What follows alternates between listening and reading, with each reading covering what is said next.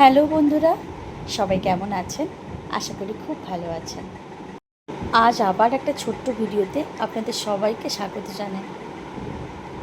এটি ছিল গতকালকের একটা ভিডিও। গতকাল ছিল চৈত্র মাসের চতুর্থ সোমবার। হিসেব মতো প্রায় 4টে সোমবার পড়ে, কিন্তু এবছর 5টা সোমবার পড়েছে। মাঝে মাঝে প্রায় পড়ে, সব বছর যে 5টা পড়ে তার কোনো কথা নেই, 4টেই বিশেষ করে পড়ে, কিন্তু এবছর 5টা পড়েছে। প্রায় সোমবারগুলোতে আমি সকাল সকাল গিয়ে মন্দিরে পুজো সেরে চলে আসি, কিন্তু এই সপ্তাহে ছেলের পরীক্ষা শুরু হয়ে গেছে, তাই আর সকাল সকাল ওকে ছেড়ে চলে যেতে ইচ্ছে হলো না, কারণ আমি না থাকলে পড়তেটাই বসবে না সকালে। খুব দুষ্টু তো, তাই। যাই হোক, বড় হয়ে গেছে, লম্বায়ও বড় হয়ে গেছে, কিন্তু বদমাইশি থেকেই গেছে। তো তাই আমি ছেলেকে রেডি করে পরীক্ষা দিতে পাঠিয়ে তারপর সব কাজ গুছিয়ে মন্দিরে গেলাম। মন্দিরে যখন যাই প্রায় 12টা, 12:30 বেজে গেছে। তো প্রচণ্ড ভিড় হয়েছে। তখন মনে হচ্ছে যেন তাড়াতাড়ি চলে এলেই মনে হয় ভালো করতাম। আর এতটাই রোদ হয়েছিল, মানে ভাবনার বাইরে, দাঁড়ানো যাচ্ছিল না। তো তাও তো কিছু করার নেই, ঠাকুরের কাছে যখন গেছি আমাকে পুজো শেষ করেই আসতে হবে। আর যতক্ষণ না পুজো শেষ হচ্ছিল খুব একটা কষ্ট হচ্ছিল না, পুজোটা শেষ হওয়ার পরেই মনে হচ্ছে মানে দাঁড়াতে পারছি না ওখানে, এতটাই কষ্ট হচ্ছিল। কারণ ঠাকুরকে পুজো দেওয়ার একটা তো টান থাকেই, ঠাকুরের কাছে যাব, পুজো দেব, জল ঢালবো, ওটাই সব থেকে কৌতূহল। তাই কষ্টটা কষ্ট বলে তখন মনে হয় না, কিন্তু পুজোটা শেষ করার পরে এটা প্রত্যেকেই প্রায় অনুভব করতে পারবেন, প্রত্যেকেরই কষ্ট হয়, শুধু আমার বলে নয়, প্রত্যেকেরই। আগের বছরগুলোই যেমন ঠাকুরের কাছে পুজো দিয়ে বেরিয়ে আসতাম, এবছর কিন্তু সেরকম নয়।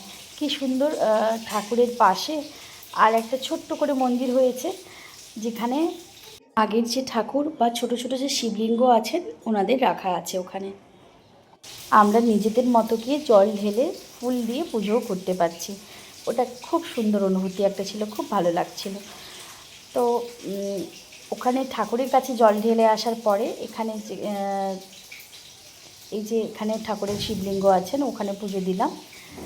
তারপর ধূপ প্রদীপ জ্বালিয়ে আবার ছোট একটা যে মন্দির যেখানে আগের ঠাকুর ছিলেন, এবছর তো নতুন করে আবার প্রতিষ্ঠা হয়েছেন নতুন মন্দিরে, আগের যে ঠাকুর ছিলেন সেখানে চলে গেলাম। এই জায়গাটায় ভীষণ ভালো লাগে, আপনি যাবেন, নিজের মতো করে বসবেন, ঠাকুরের মাথায় জল ঢালবেন, পুজো দেবেন।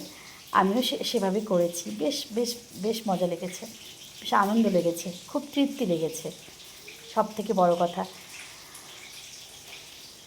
শিবের মন্দিরে গেছি আর জল ঢালবো না, সেটা কি কখনো হয়? হয় না। আগে এত সুন্দর করে ঘাট বাঁধানো থাকতো না পুকুরটায়, একটু কষ্টই হতো জল তুলতে, কিন্তু এবছর বললাম যে সব কিছুই নতুন নতুন, খুব সুন্দর হয়েছে সব কিছুই, পুকুর থেকে মন্দির থেকে সবটাই খুব সুন্দর হয়েছে। তাই চলে গেলাম পুকুরে, পুকুর থেকে জল তুলে নিয়ে এসে আগে এখানে ঢাললাম শিবের মাথায়, তারপর চলে গেছিলাম মন্দিরের মধ্যে। আর এখন তো গাজন পর্ব শুরু হয়ে গেছে, তাই এখানে একটু মানে তাড়াহুড়া করেই সবটা করতে হচ্ছে, কারণ ভক্তরা আছেন, ওনারা পুজো দেবেন, আমাদের সবার ব্রত শেষ হলে ওনারা এসে মন্দিরে চান করে ঠাকুরের কাছে পুষ্পাঞ্জলি দিয়ে তারপরে ওনারা কিছু মুখে দেবেন। গাজনের সময় যিনারা পৈতে দেন, মনে হয় যে ওনাদের ভীষণ কষ্ট হচ্ছে, কিন্তু বিশ্বাস করুন ভগবান যে আছেন এটাই তার প্রমাণ।